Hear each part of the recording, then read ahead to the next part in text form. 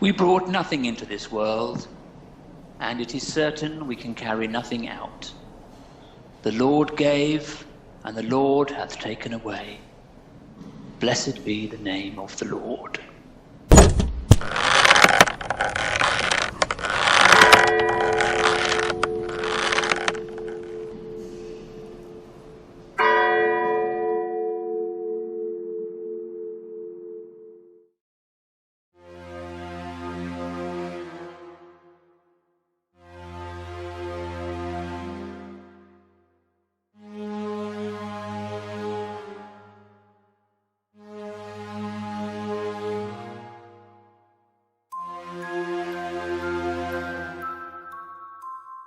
We present John Carter, an original play for radio, devised and performed by the Wayward Players of Kent, based on a true story.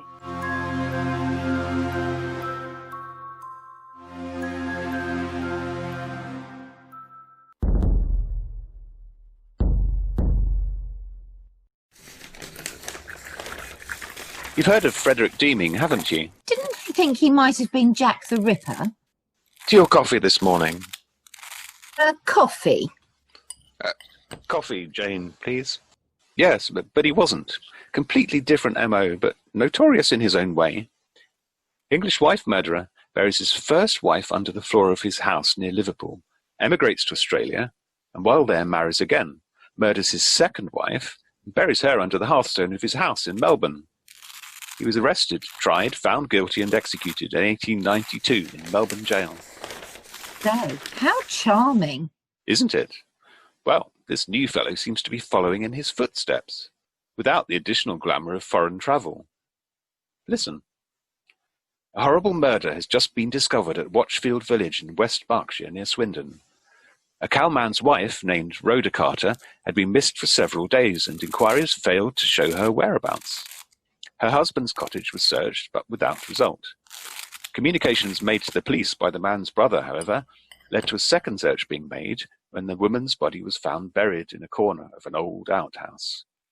The head and knees had been squeezed together and the body had been pressed into a hole 2 feet square. The limbs appeared as if scorched and... Well, as I say, charming. But that's just one wife he murdered, though, isn't it? He's no Frederick Deeming. Well, apparently this Rhoda girl was his third wife. The first two were Elizabeth and Elizabeth Ann. I wouldn't be surprised if he'd done away with those too. Anyway, I expect it'll all come out. Yes, let's hope so. Is there any good news in there? Nope. Pass the coffee, would you?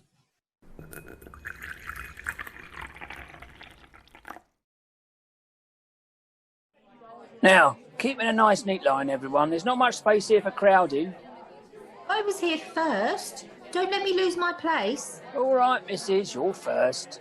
Come forward. There. In you go. 6 foot, please, to visit the scene of the crime where John Carter, in the year of our Lord 1893, did murder and bury his third wife in a hole in the floor of his washhouse. Here in this very place. See the soot on the walls from where he tried to burn the body. What about his first 2 wives, eh? Did he get away with that? I thought he did the murder in the house. He just buried her here.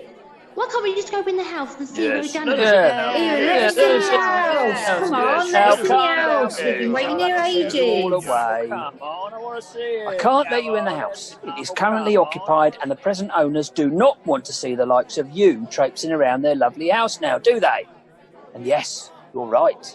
John Carter was hanged for the murder of his third wife, Rhoda. But when he went to be strung up, he confessed to killing his second wife too, Elizabeth Ann. And a party of police officers were sent to dig up the rickyard by the house, just about where you're standing now, in fact. And yes, they found the remains of a woman, probably Elizabeth, though it was never proven. Now, have you had a good look, missus? We've got a big queue forming here. Oh, well, I had a look. There's not much to see. It's very dark in there. Yes, it is dark. Very dark.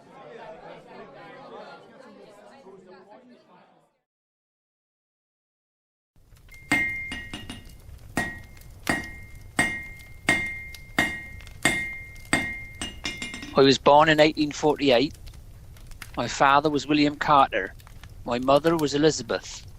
In total, they had 7 kids. Most of us survived. I'd done a number of jobs in my time. Ploughboy, cowman, blacksmith. Smithing's the worst on them. The heat from the forge, the bang, bang, banging on the anvil, the pressure, the noise. But I tell thee this, that's where things get made in the forge. Just a minute. This damn headache, it never stops.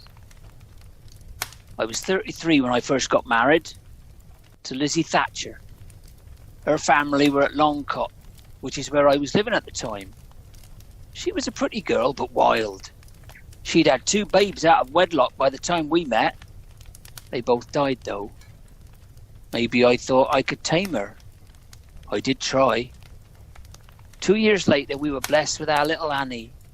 Then there was Clara and Martha, and then our 2 boys, Thomas and William. Having children, that should have tamed their spirit. It didn't. She stayed wild, like a wild horse or something. I did try and break her. She never would learn, though. We were expecting another child when a terrible thing happened. I was out working, and Lizzie was at home with Annie. There was an awful accident. Lizzie fell down the stairs and hit her head and fell stone dead. Annie was there. She saw the whole thing. She was a good girl. She was only 14, but she told the coroner everything.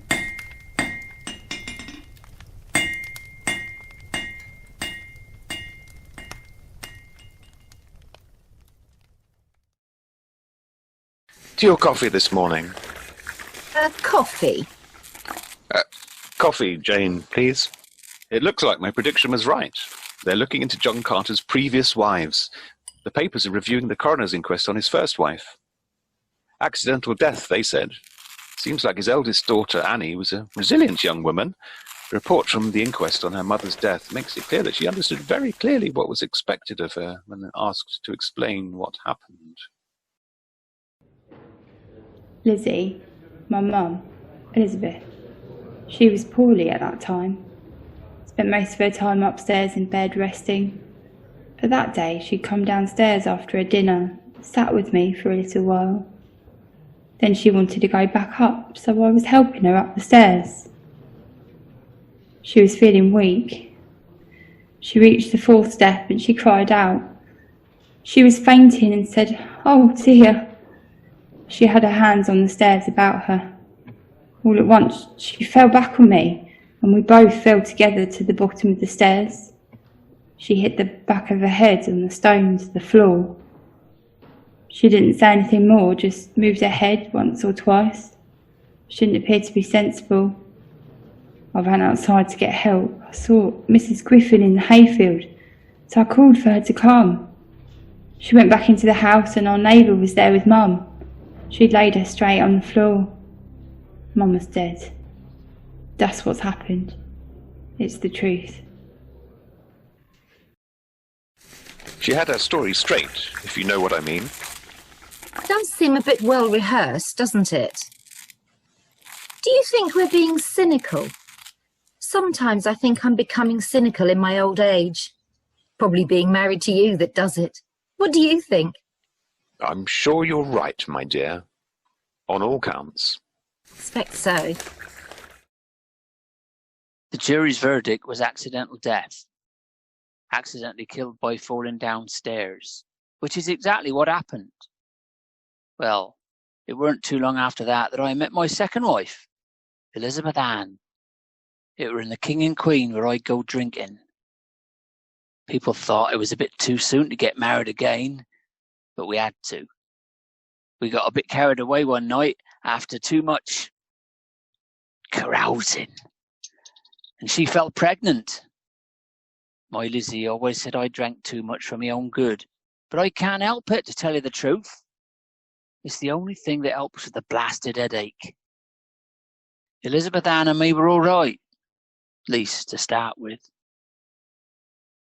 So, It looks like Carter's second wife, Elizabeth Ann, was already pregnant when he married her, which was very soon after the tragic death of his first wife. But not long after bringing their son into the world, things went sour with them, and she left him. We had a boy very soon after we were married, our John Nelson. And it were after that things went bad. He thinks it weren't his fault what happened. He reckons I drove him to it. And people started up poking their noses in. Where's Elizabeth, John? What you done with her? And so on. Well, we'd always been arguing over money, the housekeeping money. He thought I was always after his money, blamed me for spending his money on rubbish for myself. And the neighbours knew all about these arguments, always complaining about how rows they were. So he told them I'd gone off with some fella, gone off to live with him in Swindon, which I had not. I didn't even know anyone in Swindon, and there was no fella. He said I'd gone off and taken the housekeeping money with me, 26 shillings. We were always arguing about the housekeeping. Left him, my eye. Do you know, I believe John Carter had already had enough of Elizabeth Ann, and in a drunken rage he beat her to death. You don't know he was a drinker? Of course he was. That's what these people do. And Annie, sweet little Annie, his eldest daughter, she knew. He told her, and she kept it quiet. And she probably lied to the coroner about the first wife, her mother, falling down the stairs too. Falling down the stairs. A likely story, when you think about it.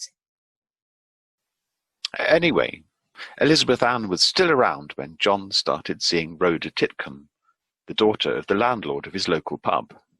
Awful. Adultery is definitely worse than murder, don't you think?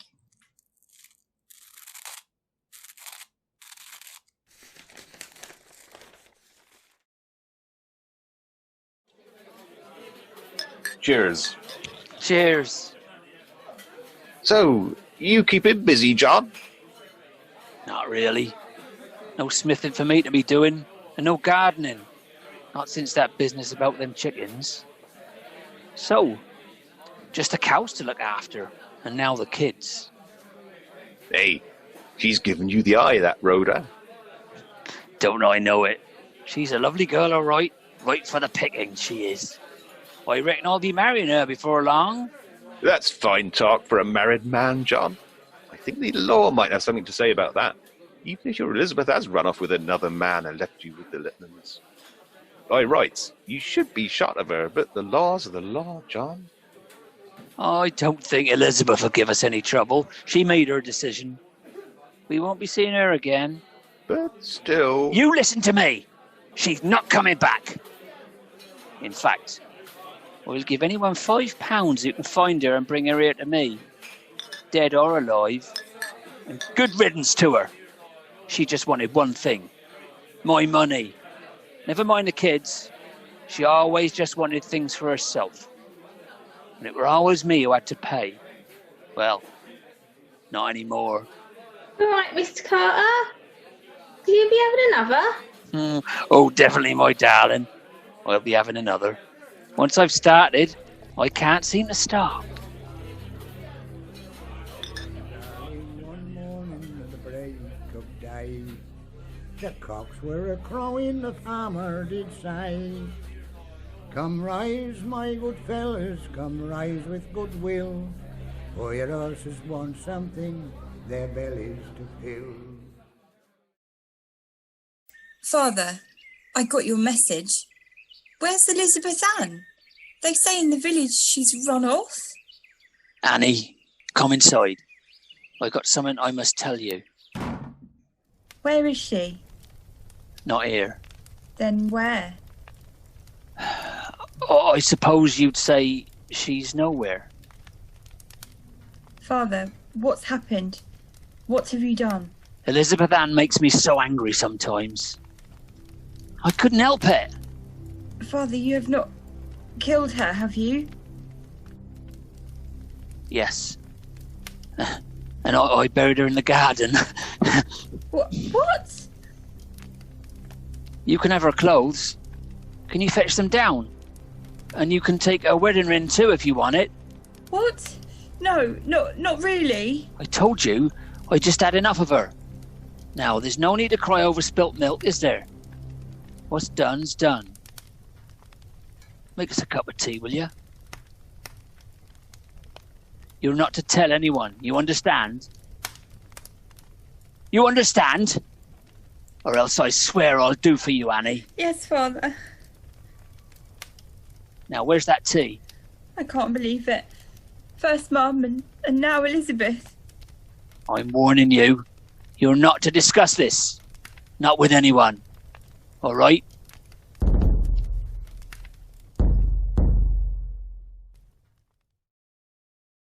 To your coffee this morning. Coffee? Coffee, Jane, please. Apparently, Carter had boasted to his friends in the pub that he was going to marry Rhoda Titcomb, and no one could stop him, not even his current wife, wherever she was. As far as the outside world knew, she had simply disappeared one day, having left him for some stranger. His story? Yes, she never did come to light, and he and his new sweetheart, Rhoda, were married very soon after Elizabeth Ann's disappearance. Who can blame him? Rhoda was an attractive girl, a very lively girl. Is that the newspaper talking, or you? They were married just 3 months. You're a lovely girl, Rhoda. You know I love you, don't you? I don't think I'll ever regret marrying you. I don't expect you will. What a thing to say, you silly old man. I'm just saying, I know I'm not the best husband that ever lived. I know you probably could have done better. Your mother certainly thinks so. I told you. Don't take any notice of her. I don't think anyone's good enough for our darling Rhoda. I know better, don't I? It's more than that. I think she's got something against me. Personal, like. Maybe she knows something about you I don't. I gotta go and see the animals.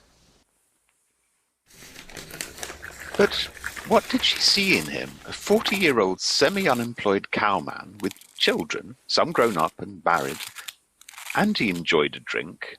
There, I knew it. I told you. It says here he was known for it. And he was hot-tempered. He tried to keep Rhoda at home, away from the influence of some of her flighty friends. It seems there were a lot of people in the village who had an opinion about him. He was not generally liked, I would say. Hello, Mum. Rhoda? Come in, my love. What's he done this time? Nothing. What's that mark on your wrist then? I've got eyes, you know. Oh, that? It's nothing. He just had a bit too much to drink, that's all. A bit carried away. He's a bugger, that one. I don't trust him, Rhoda. I never have. I know that, Mum. I do love him. He does take care of me. Look at this lovely green coat he got me last Saturday. It's the nicest thing. I know he can be a bit rough. Just the way he is. Oh, Rhoda, you always loved pretty clothes, didn't you? I must say, it is nice, though.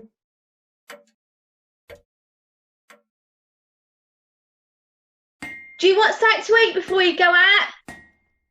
Just tea. I'll be having me breakfast later. I'll put some tea on then. Yes, obviously. What? I said yes, obviously. I mean, it's the same thing every day, isn't it? I'm up at 5, drink me tea, see to the animals, come back in for me breakfast, get the boys off to school, then into the forge. Why should it be any different today? You're not talking to me now. I'm going to see my sister tomorrow. Over in Eastleach. Oh, I didn't know. Nah. Well, I'm telling you now, aren't I? You can keep your eye on the boys, can't you? Of course, don't I always while you're out gallivanting? I'm not gallivanting. You seeing that Ann Buckler woman? She's a bad influence on you. Nah, I told told ya. I'm going to see my sister. Well, that's something. Want to be with her for her confinement. She's due any day now. Want to be with her. Actually, but might bring her back here for a few days. Stay with us? I don't think so. What? No, I don't want her here. What? I married you to look after me and my children, not your sister. That's what I thought you'd say. So I'm going to stop with her for a few days. Well, say something. You can't. What? Needles and pins. When a man marries, his trouble begins. You can't go. But all right, you can go if you want. But if you do, don't bother coming back, that's all. Sorry, John. I've got to do. Little Blue Betty lived in a lane. She sold good ale to gentlemen.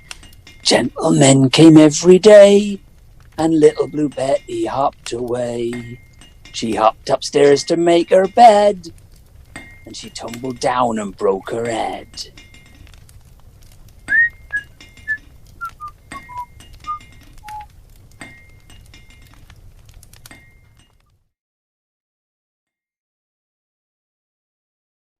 London Bridge is falling down, falling down, falling down. London Bridge is falling down, my fair lady. Build it up with wood and clay, wood and clay, wood and clay. Build it up with wood and clay, my fair lady. Wood and clay will wash away, wash away, wash away. Wood and clay will wash away, my fair lady. Build it up with bricks and mortar, bricks and mortar, bricks and mortar. Build it up with bricks and mortar, my fair lady. Bricks and mortar will not stay, will not stay, will not stay. The Lord have mercy on me.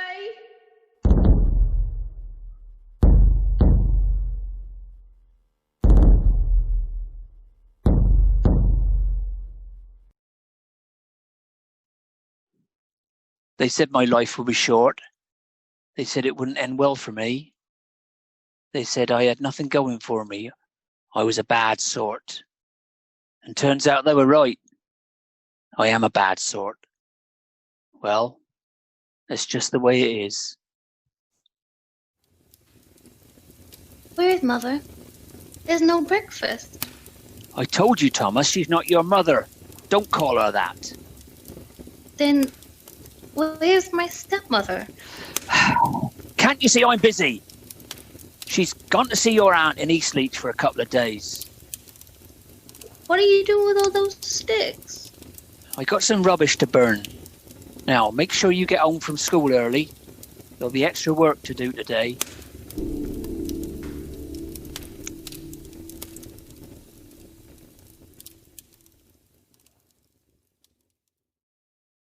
To your coffee this morning. Coffee? Coffee, Jane, please. Do you ever feel as though we lived a privileged existence? What I mean is, someone like John Carter didn't have the advantages. No. Well, it appears that on the day of her disappearance, Rhoda's mother came to the house hoping to see her daughter. Who's there? John? Where's Rhoda? Got to see her sister at Eastleach. She didn't say anything to me. Can I do anything around the house for you, John? Make the beds, clear the breakfast things. Beds are already done. And the boys will clear the breakfast things when they get home. I've got work to do. How long will Rhoda be away, John? Didn't say. A day or two, maybe? That's odd. Her new green coat's still here. Snail, snail, come out of your hole, or else I'll beat you as black as a coal.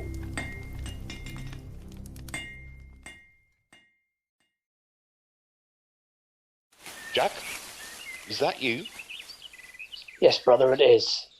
Why are you hiding in there? And what in God's name is wrong with you? You look like sin.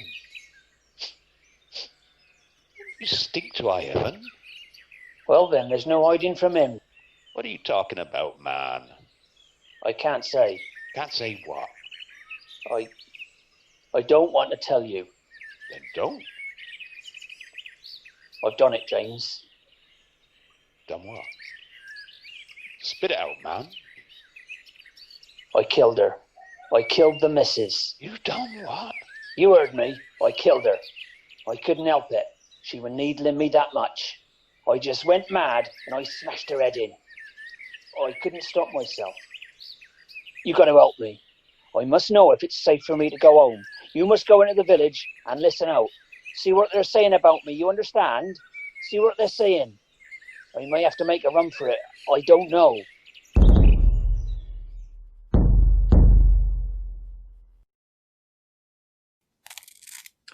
Tea or coffee this morning? Coffee. Coffee, Jay, please. At the Farringdon Petty Sessions yesterday, before a full bench of magistrates, John Carter, 43, agricultural labourer, was charged on remand with the wilful murder of his wife, Rhoda Ann, on or about the 22nd July at Watchfield, a small village near Shrivenham and 4 miles from Farringdon. The first witness called was Carter's son, Thomas, aged 9.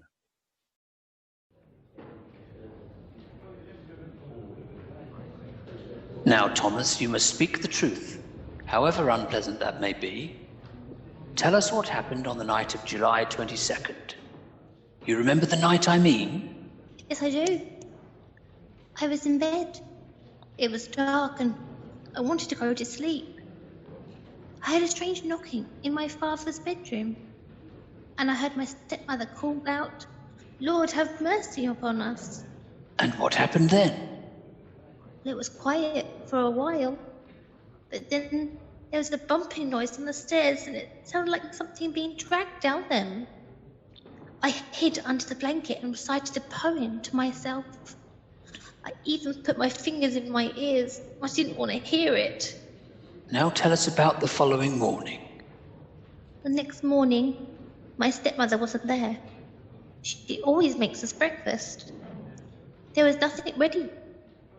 I saw Father take a fork and shovel and a load of sticks into the outhouse. I asked him where Mother was. He told me not to call her that and that she's not my mother. She's my stepmother. So I asked, "Where is my stepmother?" He said she'd gone to her sister's house. Then he carried on with his work.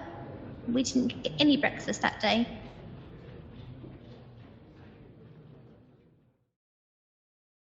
Mrs. Ann Butler, a neighbour, was called. Ann Butler deposed that she occupied a house just opposite the cottage in which the prisoner lived. On the evening of the 21st July, she noticed a large quantity of smoke issuing from the chimney and roof of the washhouse belonging to Carter. She went across to the cottage, and upon attempting to open the washhouse door, she saw a tub burning on a large fire built with sticks which were piled up around it.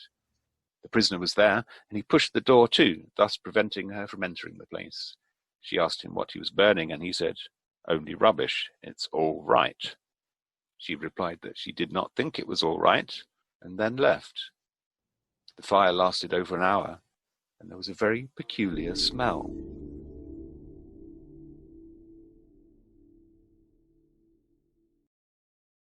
Third witness called was Police Constable Sparks, stationed at Shrivenham.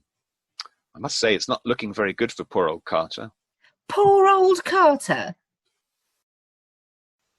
Yes, I have known the prisoner's wife, Rhoda Ann, about 9 years.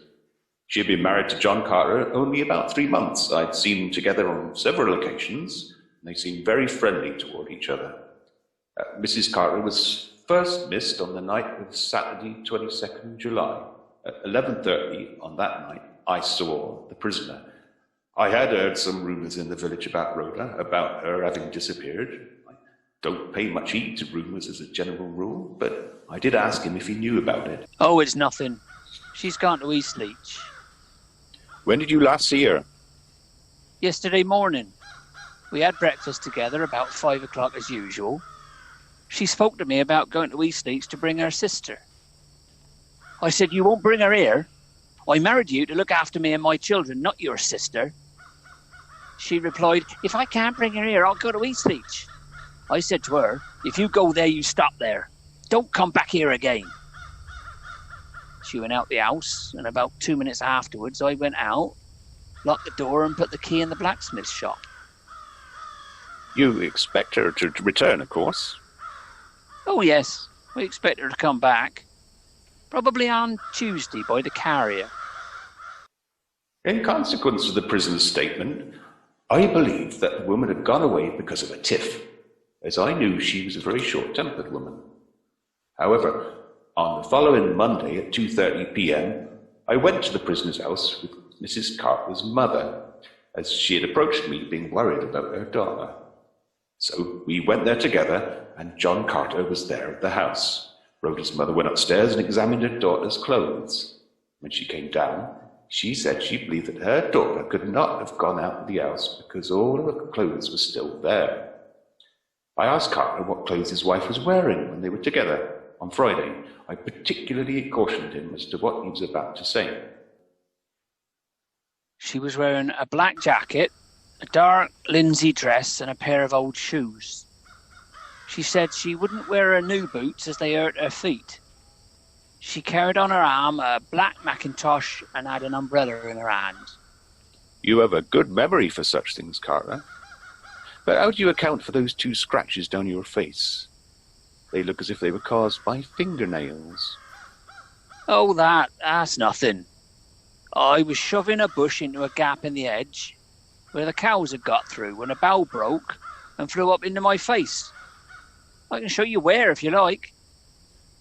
Carter showed me the location, and it was true there was such a place in the hedge where some branches had been pushed across it to fill the gap. However, I remained suspicious. I went away at this time, but came across the prisoner next at 10:30 on the Tuesday night. I asked him where he'd been.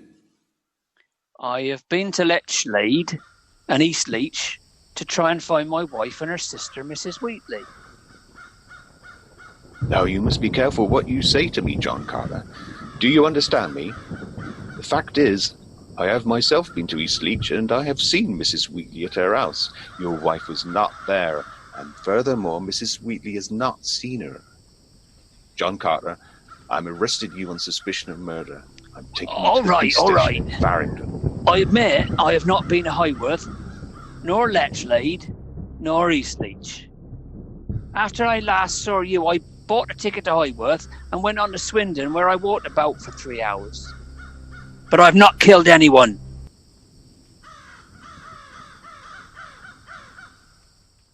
At about 9:30 p.m. on July 26, P.C. Sparks and Police Sergeant Benning went to the house occupied by the prisoner at Watchfield. Sparks obtained an iron bar and with it searched the floor of an outbuilding used as a stable. The floor was covered with litter, and he searched it thoroughly. In one corner he found a large wheelbarrow propped up. He moved the barrow and also a tub which stood behind it and continued probing underneath the litter. After putting the bar into the floor 3 times, he touched something. He at once called Sergeant Benning and began to dig. The body of the woman was then unearthed. The witness next searched the house and found a pair of trousers stained with blood. There were no stains on the walls or furniture, no signs of a struggle, no trace of the woman's clothes. You're a lovely girl, Rhoda. You know I love you, don't you? I don't think I'll ever regret marrying you. At Reading on Friday, before Mr. Justice Cave, John Carter, 45, labourer, was charged with the willful murder of his third wife, Rhoda Ann Carter, on July the 21st at Watchfield, Berkshire. Carter and his wife Rhoda Ann were seen walking out together in Watchfield village. This was the last occasion on which she was seen alive.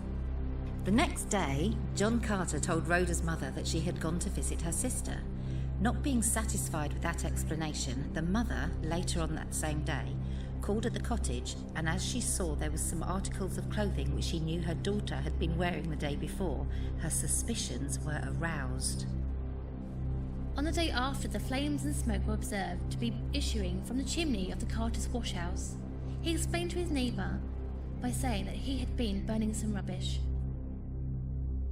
Soon, the absence of the deceased woman aroused the observation of the villagers, and the police began to make inquiries.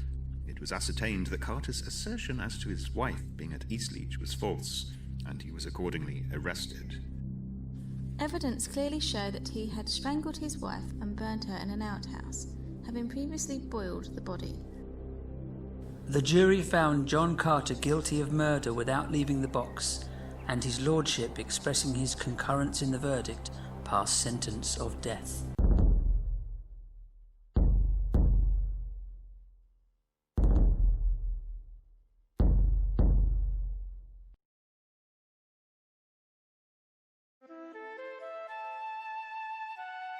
John Carter was brought to you by the Wayward Players of Kent.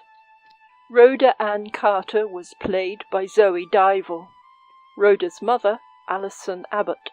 Thomas Carter, Samantha Bailey. Annie, Tanise Hemming. John Carter was played by Graham Wood. The narrator and his wife were Sean Carter and Alison Abbott. Other roles were played by members of the cast.